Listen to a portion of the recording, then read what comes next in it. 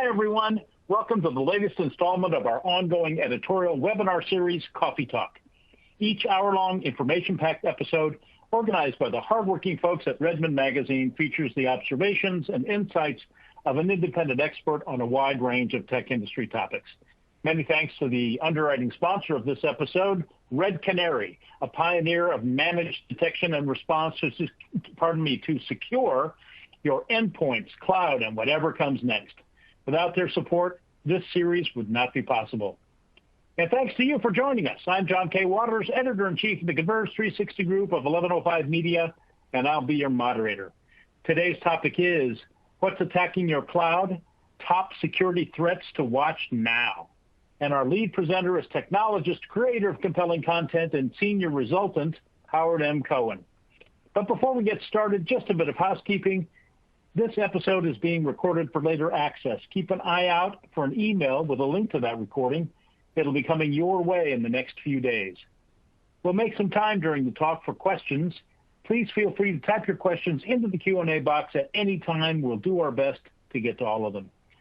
Our sponsor has provided some extra resources you won't want to miss. They're available now on your console. And as a small thank you to the 200 attendees who stick with us to the end, we'll be sending you a $5 gift certificate to Starbucks. It's a cup of joe to go with the info. Now let's meet our first presenter. Howard M. Cohen has spent more than 40 years in the IT industry. During that time, he has held senior executive positions in many of the top channel partner organizations, and he currently writes for and about IT and the IT channel. He is a sought-after speaker, an insightful observer of the technology landscape, and one of our favorite presenters. You guys are in for a great session. Take it away, Howard.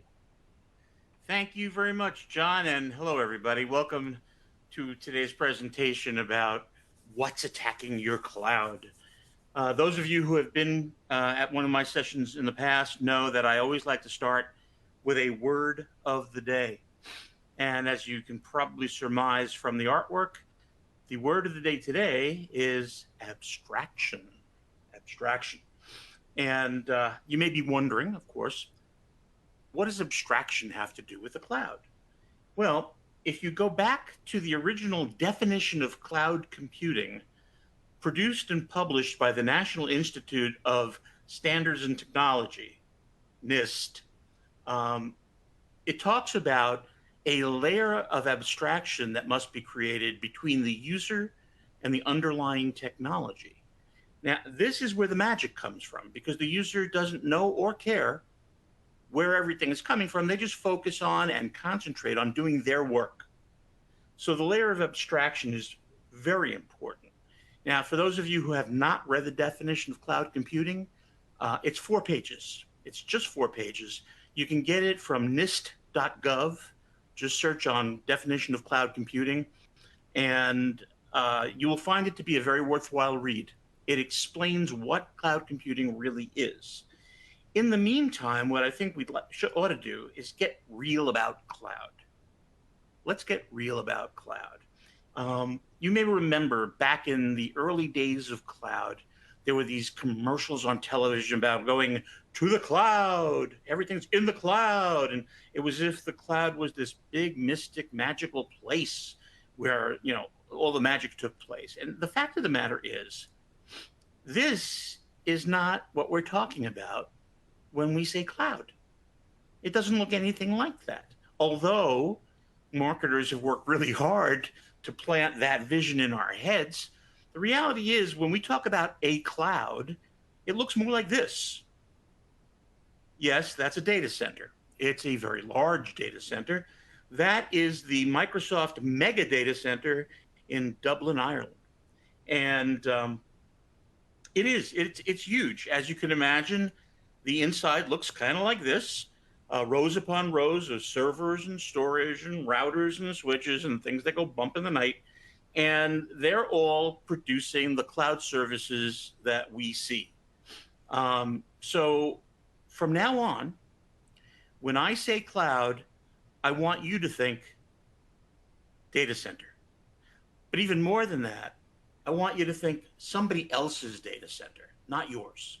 Okay? Cloud means somebody else's data center. So let's take a look at how clouds are being attacked. Okay, these data centers are under attack, and in many ways. But here's some stats. First of all, today, depending on whose survey you look at, between 3/4 and 92% of organizations consider themselves to be cloud first.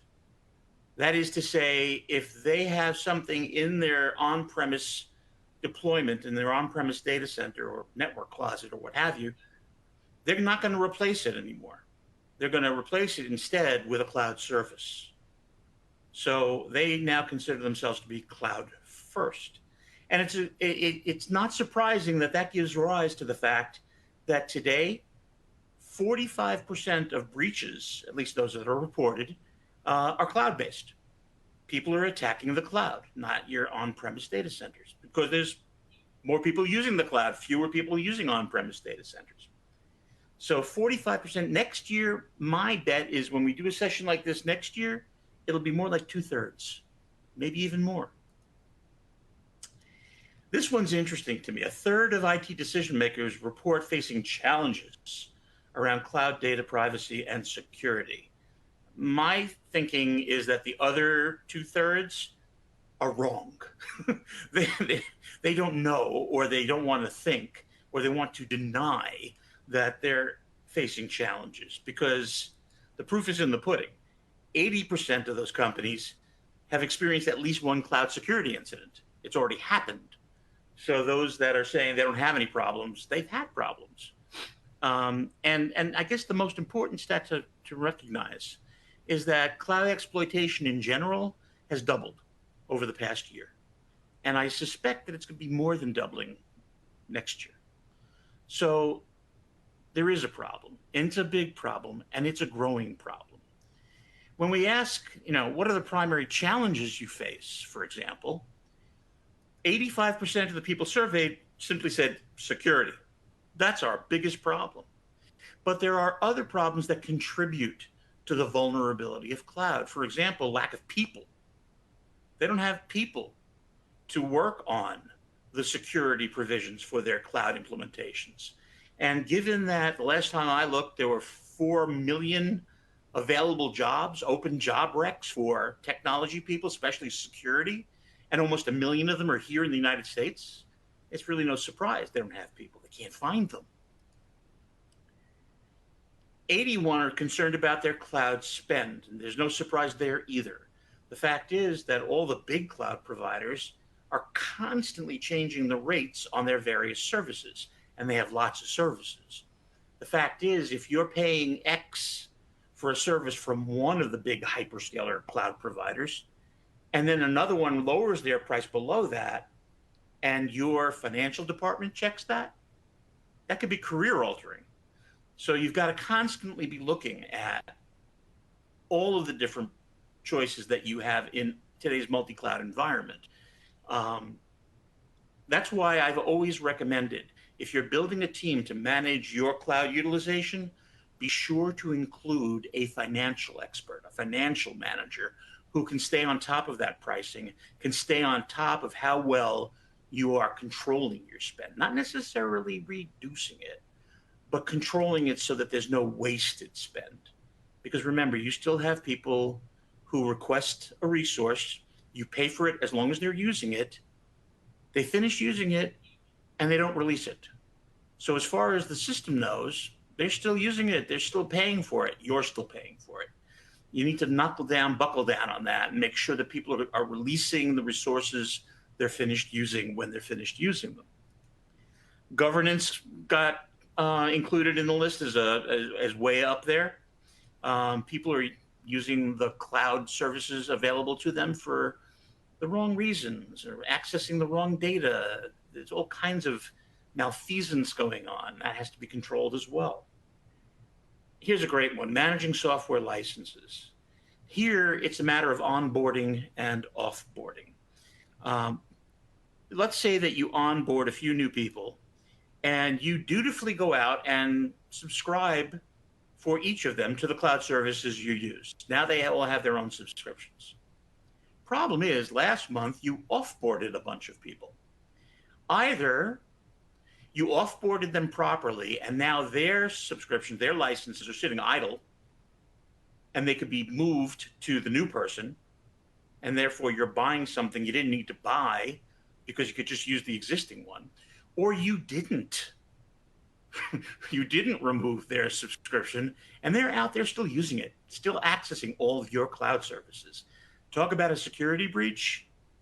That is more prevalent than you know, and it's absolutely avoidable with a good offboarding process.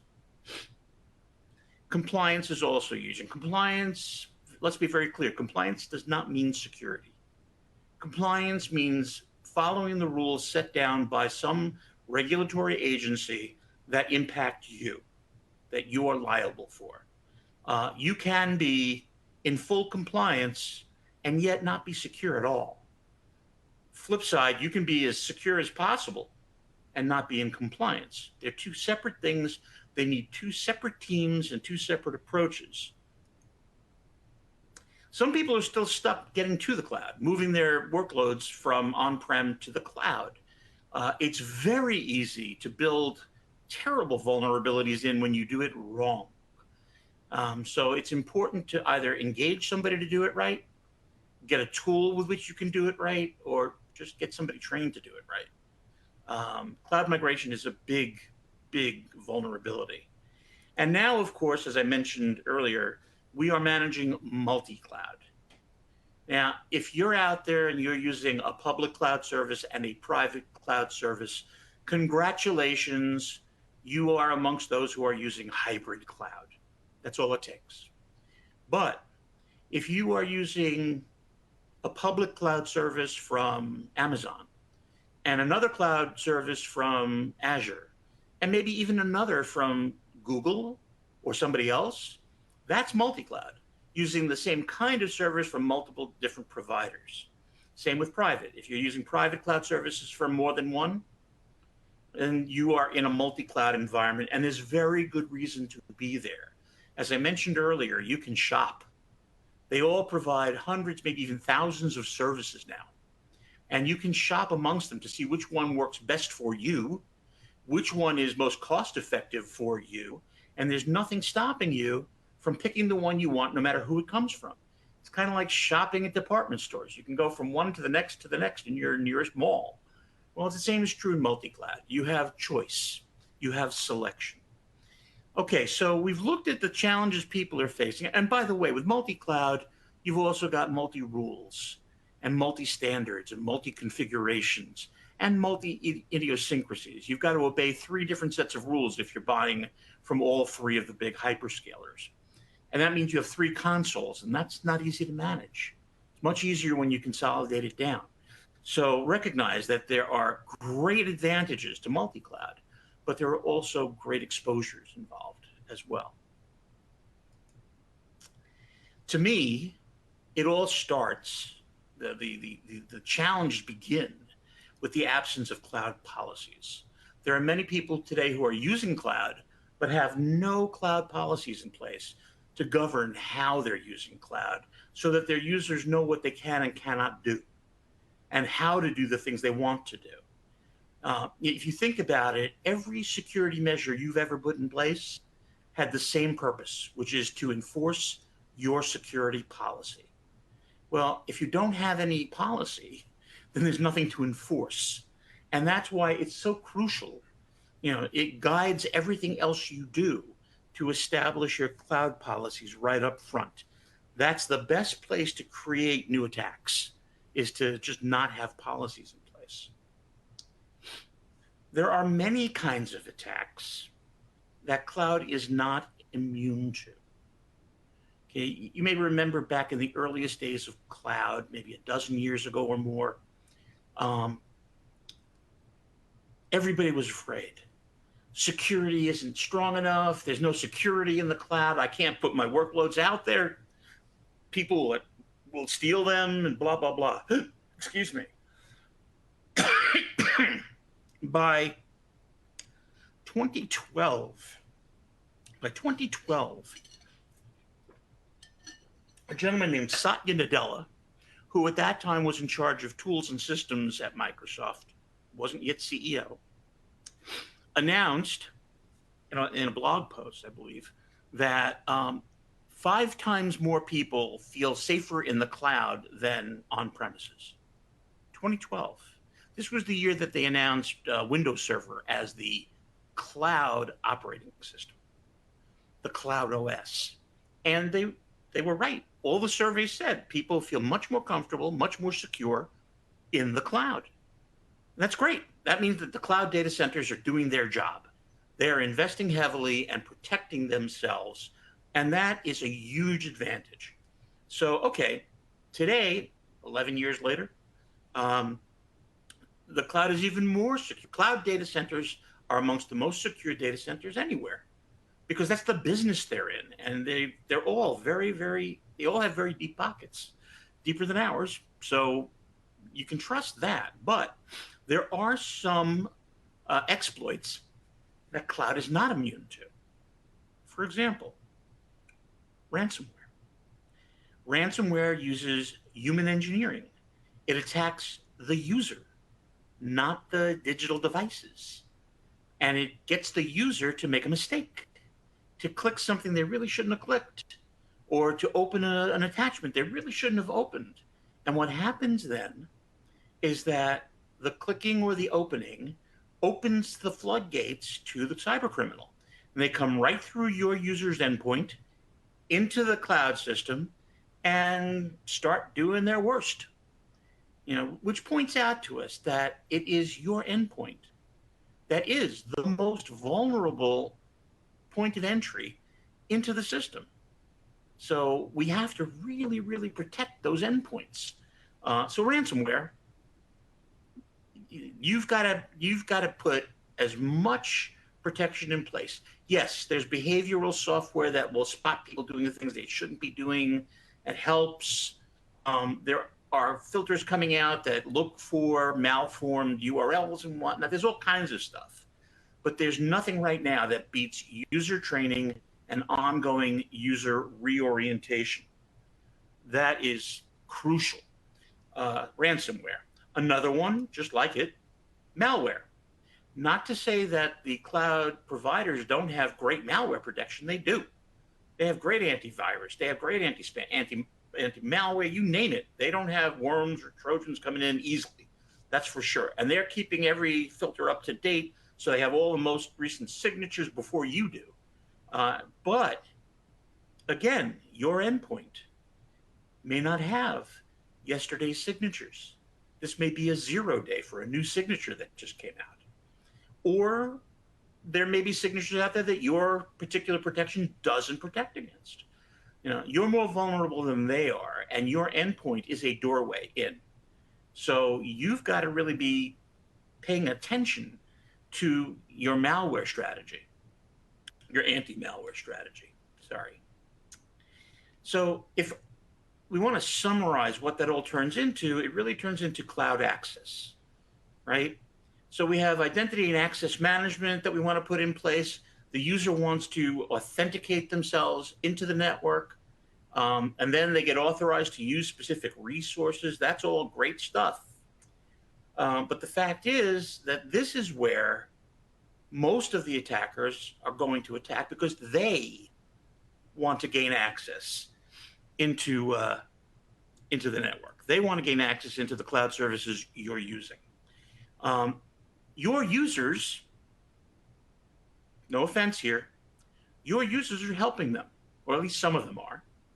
The most recent stats I've read, somewhere between 70 and 80% of users still use the word password as their password. That's right, password. Many are using the default password that came with whatever they're using. Others are using a spouse's name, a pet's name, somebody's birthday, something simple to guess. And therefore, cybercriminals have a pretty easy time getting in. Many of you have taken the strong step of requiring strong passwords. Bravo. And now they're combining capital letters with small case letters, numbers and special symbols, and everything else, and creating long string passwords. And that's great. Of course, they can't remember them. And so what do? A lot of them still write that password down on a sticky note, and they stick it under their keyboard where nobody's going to find it. Unfortunately, you know as well as I do, somebody always does. Maybe the cleaning crew that's cleaning up your office after hours, or maybe other employees in your company who want to be able to get at things they should not get at without being detected. And that's what gives rise to insider threats. Insider threats are another thing that's attacking your cloud, but it's attacking your cloud from within your company. Now, some of it is innocent. For example, the first young lady there on the left is simply being careless. She may be one of those who wrote her password down on a sticky note, or she may have just entered something wrong. Or there's always ways to make mistakes. Everybody does. And that's got to be allowed for. But there are people who want to conduct industrial espionage or who want to steal data, and they're doing it purposefully. So you need to be very aware of that, and you need to protect against it internally. Part of that, get rid of those sticky notes. Require strong passwords and help them come up with a way of managing them without exposing them. Then there are data breaches. Of course, I love data breaches, and for some reason, our bacon is not sizzling today. I apologize. I refer to data as the new bacon. Why? Because everybody loves bacon. And what's the only thing that's better than bacon? More bacon. The same thing is true of data. Okay, the only thing better than data is more data. And we prove that every day with the enormous volumes of data that we produce. So there are many ways in which data is breached. Some of them we've already talked about. Getting in through your endpoints one way or another will allow cybercriminals to get at your data in cloud storage. And they can encrypt it. They can steal it, exfiltrate it. They can corrupt it. There's all kinds of things they can do. The one thing you must do, even though it's in the cloud, is you must encrypt your data yourself. You must be encrypting your data, not only when it's in transit from one place to another, but when it's sitting there in storage in the cloud. And whatever you do, do not share your decryption key with your cloud providers. They don't need it. They are not interested in your data payload. They don't care. They should not have your decryption keys, because if the government decides to subpoena your data, they're going to just give it to them without hesitation.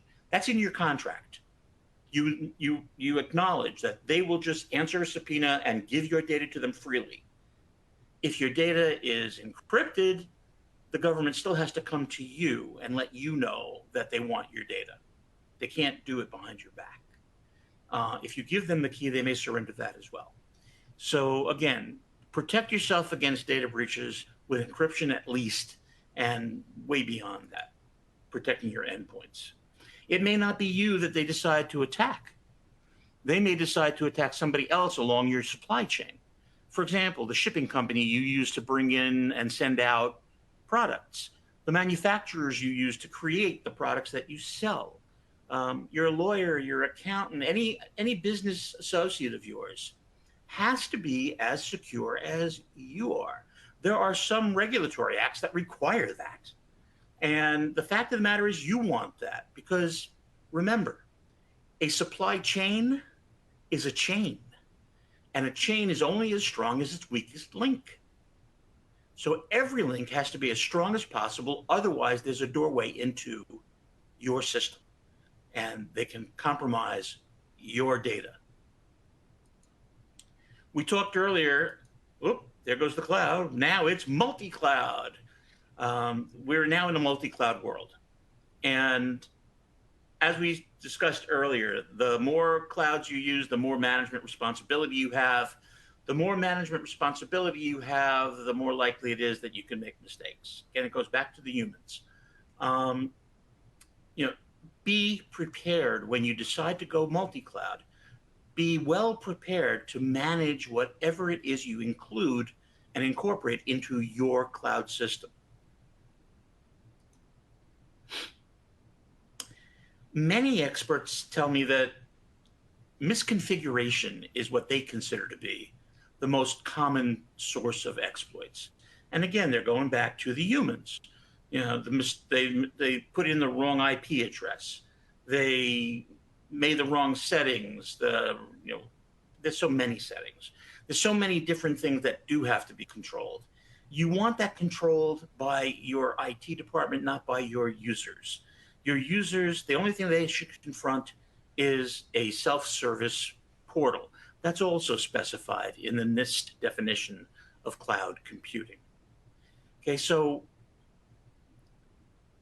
you can prevent a lot of misconfiguration by giving your users as little to control as they possibly can, and keeping that control onto your IT people, and making sure your IT people know exactly how to operate each of the cloud services you engage.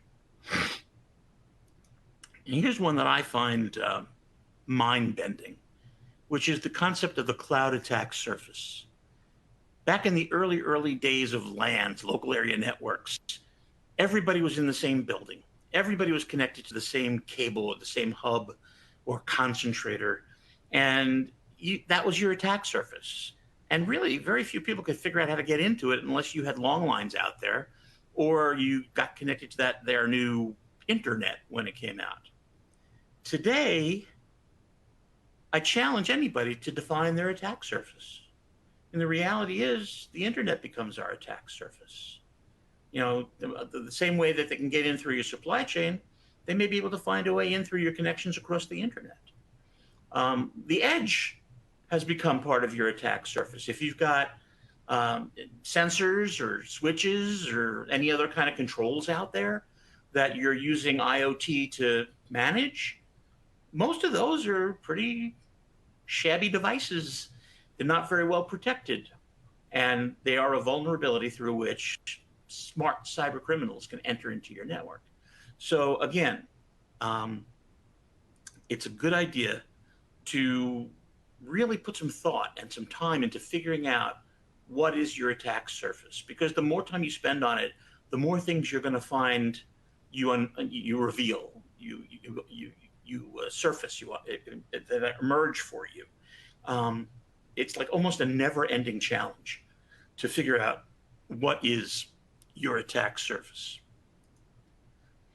Some of the old-time attacks are still out there, and they're still doing their job. Denial of service is a perfect example. Many of you may have heard this referred to as distributed denial of service, which is more common. A DDoS, a distributed denial of service, involves a cybercriminal enlisting the help of hundreds, thousands, how many ever they can get their hands on, of hosts, people's computers, and have them all make requests of your targeted server at the same time. They can do that with a cloud server just as easily as they can do it with an on-premises server. And so when all of those hosts are making their requests at the same time, there's a certain capacity of requests your cloud servers can handle. And when that's exceeded, they shut down. And that means that your people and your customers can't access that service. It's a denial of service. They can't get there. Okay, so I talked before about policy. That's one of the two primary issues we're concerned about. But on a day-to-day operating basis, I'm going to leave you with this thought. Your biggest concern is visibility. I live in Arizona. We have a very long monsoon season. During our monsoon season, what you see there now is considered great visibility.